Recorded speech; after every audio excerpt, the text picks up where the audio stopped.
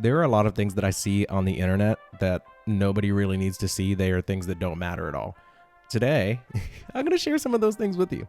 It's going to be like a healthy mix, actually, of things that you probably should know are happening and a couple of other things that are going to make you wish you never logged on to Twitter, you never downloaded TikTok. What can I say? We're just going to have fun today. Lock in, tap in, grab some snacks, sit down, crack open a cold one, light up a J, enjoy the show. It's going to be a fun one.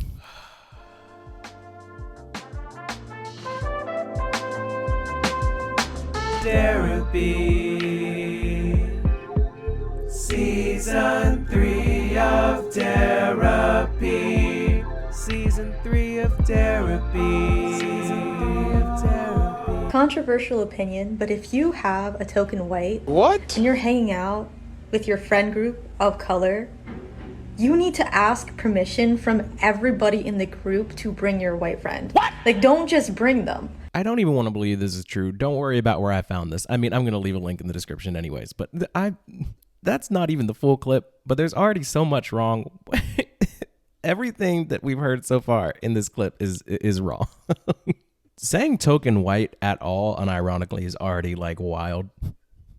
But the idea that if my black friends and I are hanging out and I want to if I want to invite somebody to hang out with us, that's white. I'm assuming in this girl's case, it would be my token white.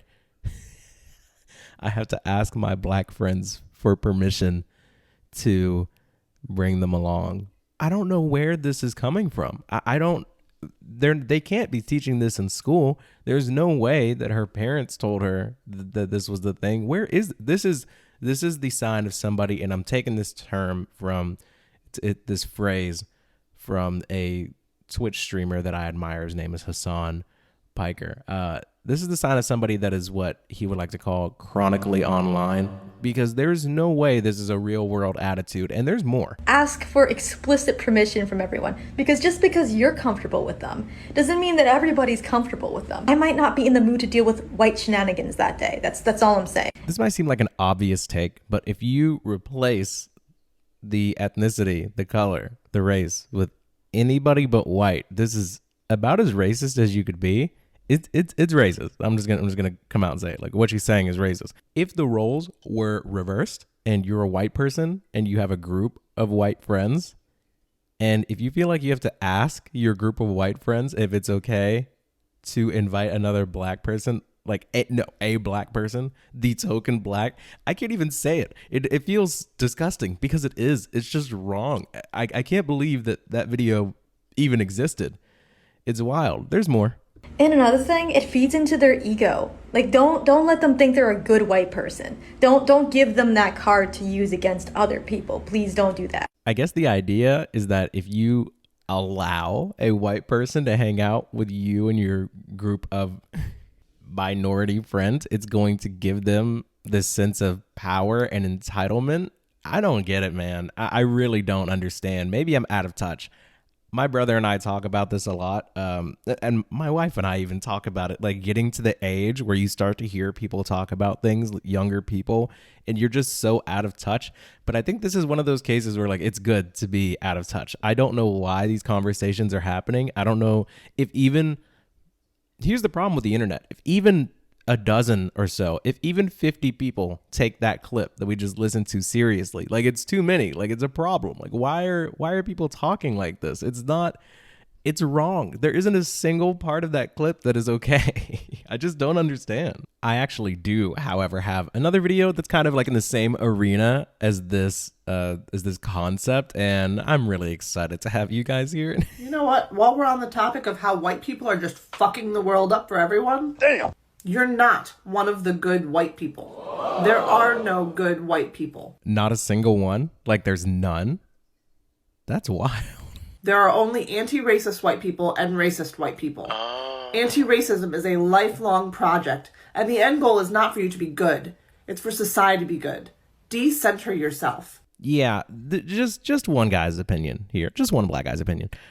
I don't really need everybody to be anti-racist. I just need you to just not be racist. Like, don't say racist things, don't be a racist, but I don't need it. Me personally, I don't need it. I don't need white people out in the streets fighting racism. Like, just go to work. Like, just be normal. Like, I know this is going to sound crazy, but can we just I would just like to be treated like everyone else. Like, I don't this is one of those things where you go so far left that you end up being right, or you go so far right that you end up being left. I think the phrase, I think it's like, if you take 3 lefts, you're going right, or something like that. I feel like that's where we are at this point. Some people have made it such a core part of their identity to not be racist, to cater to black people in a way that they think is helping. They're trying so hard that it's actually making things worse. Like, I don't feel comfortable listening to this woman talking about how all white people are bad. She's a white woman, and she's like damn near in tears trying to get this point out, and it's not even a good point. You're not helping. Do the work. What work? It's hard. What's hard? You're going to get it wrong. What wrong? But if you are not out there every day actively trying to understand... Understand what? You're not a good white person. No. Stop patting yourself on the back. Stop congratulating each other. Stop separating us from the bad white people. Don't sit out there in comments and say, we don't claim them. We are them. We are them. We are the ones shooting up schools. Damn, son. We are the ones raping people. Jesus Christ. We are the ones enslaving people. We are. We're them. I am down with a little white guilt here and there. Un poco. Like, if you are using the N-word in 2022, like a gentleman I met last weekend, then yes, there's like a certain amount of shame and guilt that you should feel for still doing current harm today. But if you're just walking around, minding your own business, treating people with love and respect and treating people equally and appropriately, you don't have to walk around with this. It's just not your cross to bear. Like, yes, slavery happened, Jim Crow happened, and that stuff is bad. Like, it was all very, very bad, but you didn't do it.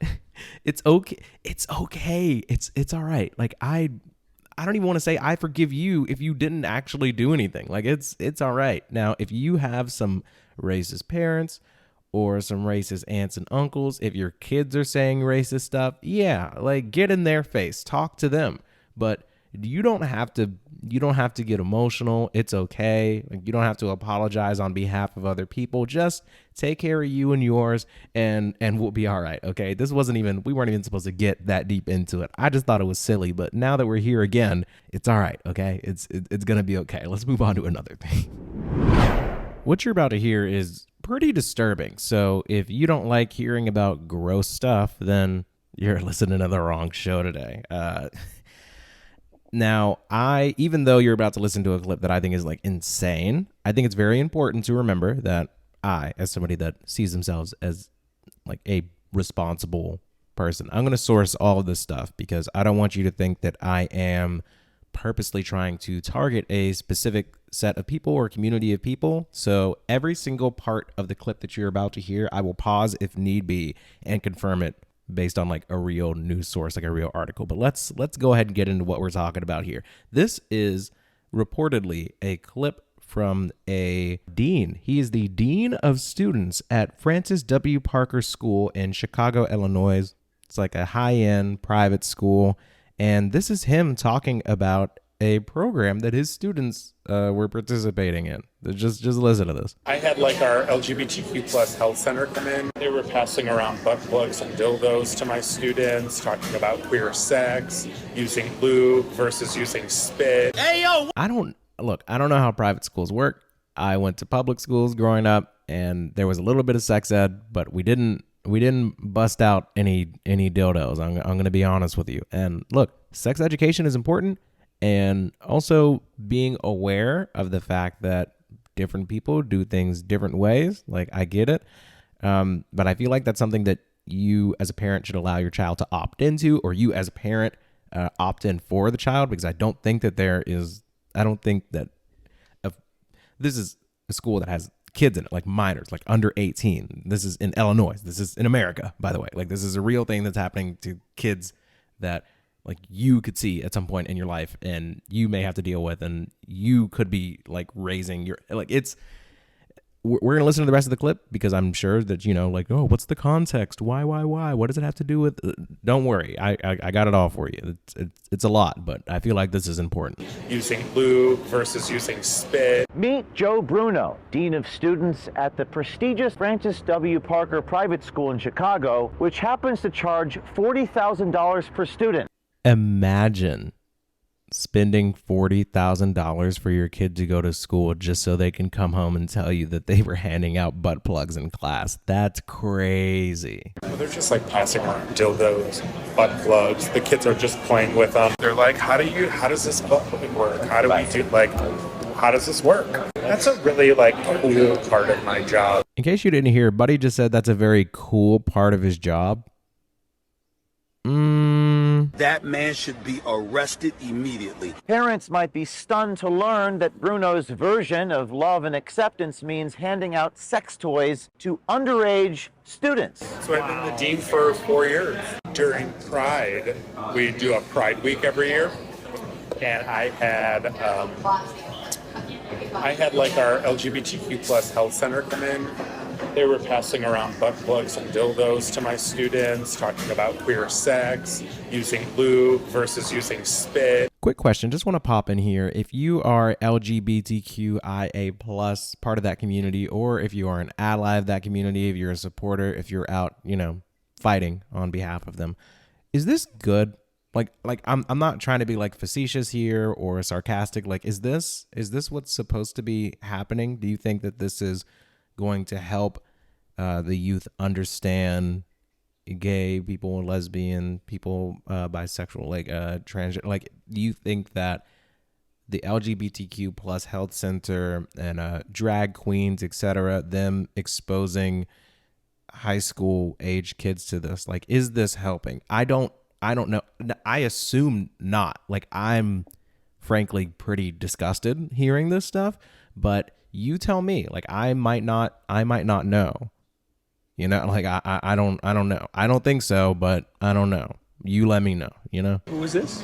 This is an LGBTQ plus health center came in to talk to my high school students. They're just passing around dildos, butt plugs. The kids are just playing with them. They're looking at them. In the school? In a classroom. Wow. Yeah. He's giving him a chance to save himself. He's in the school, in the classroom, they're kids, that's happening. And you were there? And Buddy's Yup, in the school, in the class, all the sex toys, all the kids, me with them, I'm just sitting there, drag queens there, it's all good. There's been a lot of conversation around the use of the word groomer, and it's basically being converted by conservatives, red team, into basically a slur against the LGBTQ community. And I think it's wrong. I don't think it's good. But when you hear things like this, when you see things like this, and I'm going to have a lot of, check the description for, proof that all of this stuff is real and it's actually happening. I think that this is a bad look. I'm not a part of the LGBTQIA plus community. I'm not one of them, but I do know that there is no way that this is commonplace. I refuse to believe that everybody that's a part of this community is down with this type of exposure. Especially, and I'm not talking about the people reporting on this story, what their intentions are. If they are only doing this to make that community look bad, that's wrong. It's unfortunate that they are doing that, but that doesn't change the facts. If what they're saying is true, and I mean, they're not, there isn't really much manipulation or any type of deceitful journalism happening here. Maybe they're recording this guy without his consent. It doesn't matter. If you are doing something that is exposing children to things that they haven't consented to being exposed to, or their parents aren't aware of, this is bad. That's objectively bad. Gay, straight, doesn't matter. Private school, public school, it doesn't matter. This guy, this dean of students, shouldn't decide that it's time for these kids to be exposed to these things. If it was my kid, bro, I guess that's why this specific thing hits me on a personal level, as somebody that plans on having kids, sometime soon at some point in the next half decade or so.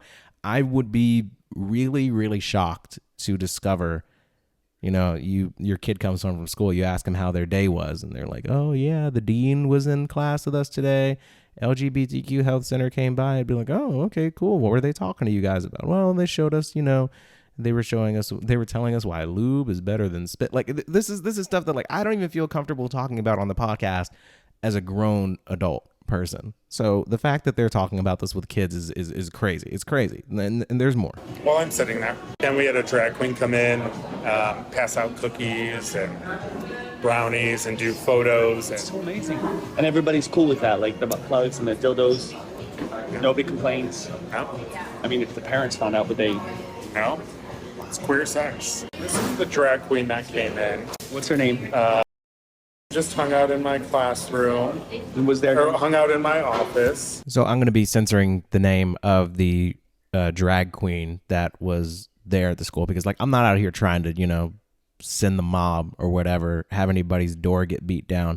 But this is an example of why Republicans, conservatives are like, oh, they're pushing all this gay stuff in the schools. And me, who is out here trying to be a decent person, is like, that's not happening. Like, I don't know what you guys are talking about. Like, where is this happening? Show me proof.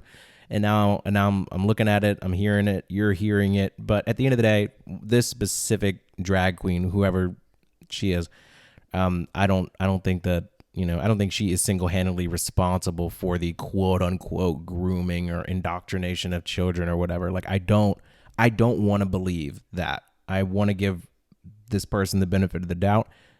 And I think it is on the people that are running the school to make sure children aren't being exposed to things that are inappropriate to them.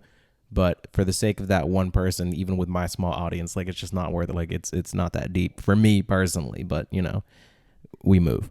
You have so much freedom, so much wiggle room. So much freedom, so much money. I mean, to do stuff. Trustees are okay with that too?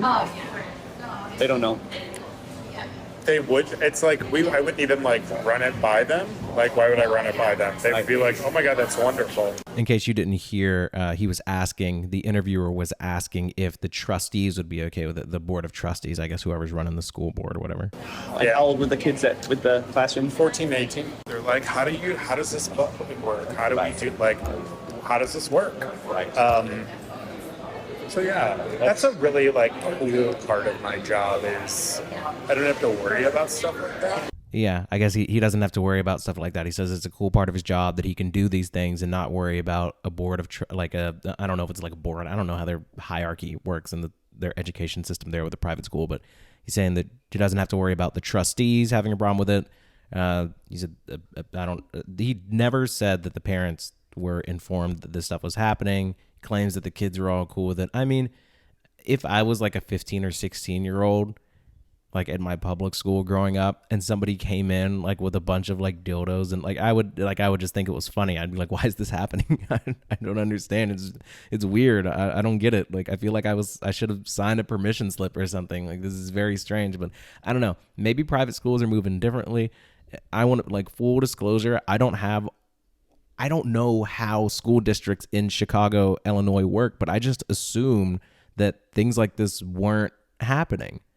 I hear Ben Shapiro crying about it all the time. I'm like, dude, this stuff is not happening. It's not that big of a deal. The indoctrination of kids. Way, way, way back towards the beginning of the year when that bill passed in Florida that people were calling the Don't Say Gay bill, but it was actually just a bill that said they didn't want you talking about gender ideology and sexual orientation with kids that were third grade or younger. And everybody was like, it's called the Don't Say Gay bill. They're saying don't say gay. And that wasn't really a real thing. But I was like, it's not that big of a deal. Who cares if you can't talk about being gay with a 7-year-old? Like, it doesn't matter. It just doesn't matter. But apparently this is, something that they felt like needed to be done in Florida to protect the kids. And if laws need to be passed to keep people from shoving a dildo in the face of a 14-year-old, 15-year-old even, you you got to do what you got to do. So yeah, there's another weird thing that's been sitting in my DMs, and now I talked about it. And if you have any questions or concerns about this, how I found the clip, any of the sources that I cited, first of all, I cite everything. It'll be in the description. So, you can't accuse me of being like, oh, Derek's making stuff up. He has an agenda. I don't. No, I don't. Okay. I'm just a person that sees things and hears things and hangs out on the internet. And I thought it was weird. And now you know, and here's a couple more things. Hey, I know I didn't really get a chance to talk about it, but this is probably the best clip from Kanye West on Alex Jones' show. I was tired of picking up the Yahoo and the netting, so for now he's just netting. I know some people call him BB, no, some people call him Yahoo, but we're gonna call him netting.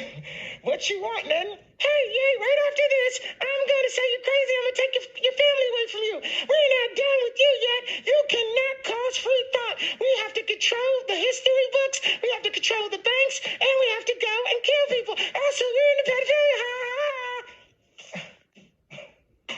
So, and in a little while, hopefully you're going to take the mask off, because is this actually gay here? So that was Kanye West, a little clip from him on Alex Jones' show. You guys remember Alex Jones. I'm ready to hang them up, gut them and skin them and chop them up. Alex Jones decided to have Kanye West on his show. I would explain the context of what you just heard. Doesn't matter. Like, does it really matter? Does that sound like somebody that's really got it all together?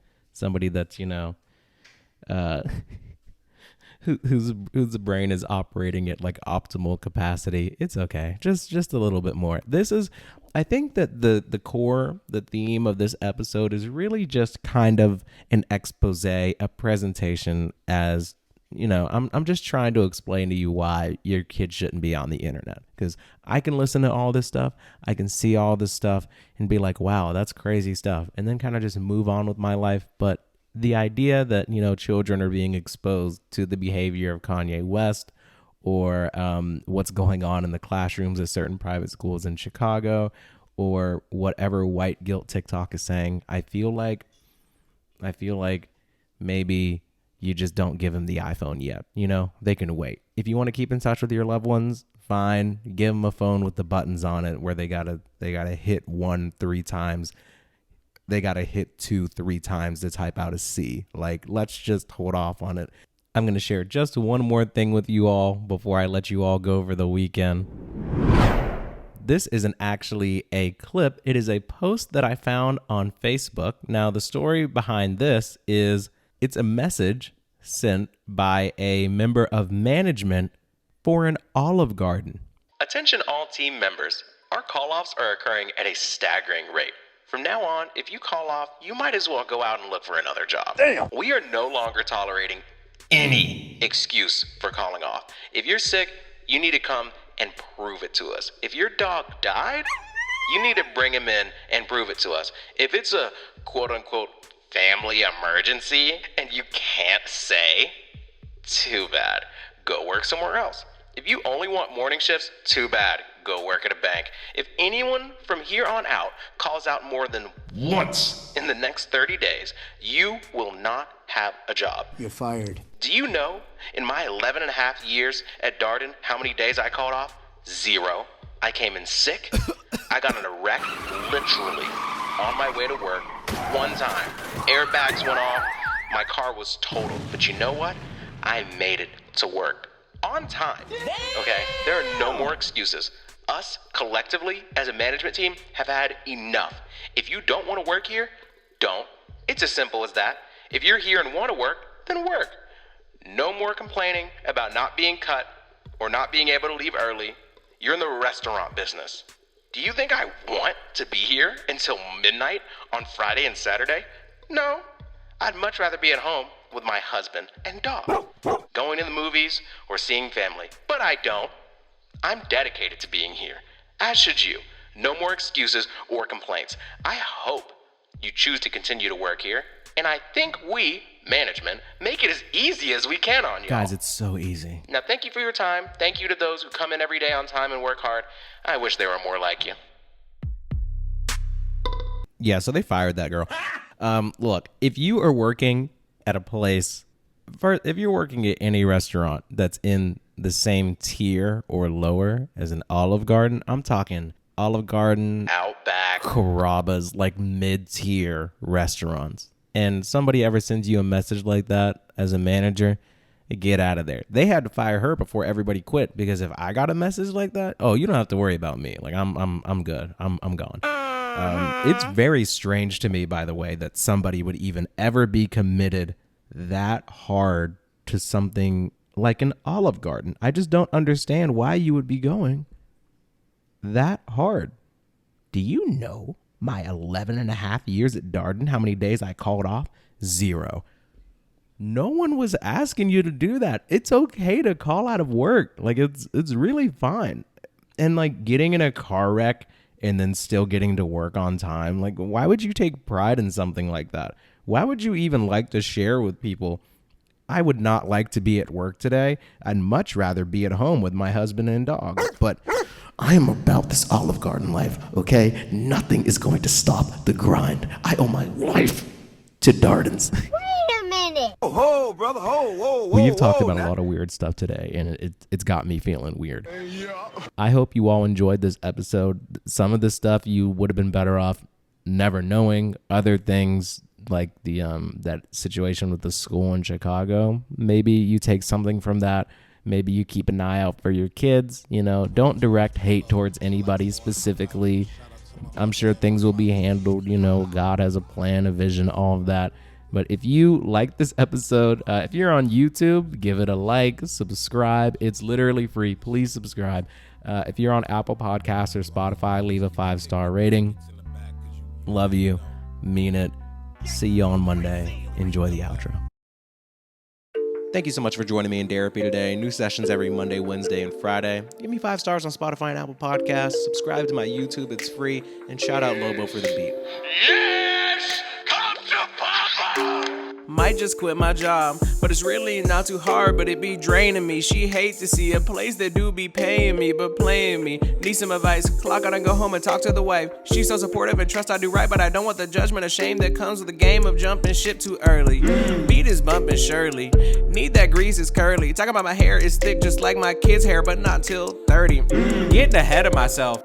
Talking like there's 2 of me, but peep my podcast art, I'm working like it's triple overtime. I will go cuckoo for mine, all my dreams they are sublime. Wanted fame since I was 9, Lobo cooked this up divine. We go deeper, feel the vibe, we don't stop at season 3, feel like we is season 5. I'm at the peak of my power, I see prey I devour. If it's chess I'm the tower, thinking deep when I hit the shower. Dark thoughts, anxiety, I beat it all. Try again, then positive vibes, I let them in. Come join the boy, let's settle in. Yes. Keep it going hard, that's sediment. I do a lot with a few words, and that's like revenant. And that's funny, cause I'm a Leo. That's your ironic. Why? I don't believe in the signs, but I know I'm a star. Sun or moon, I'm like tune in, but don't look up. That's another Leo reference, now you shook up. Girls say men are dogs, but I just be in the yard.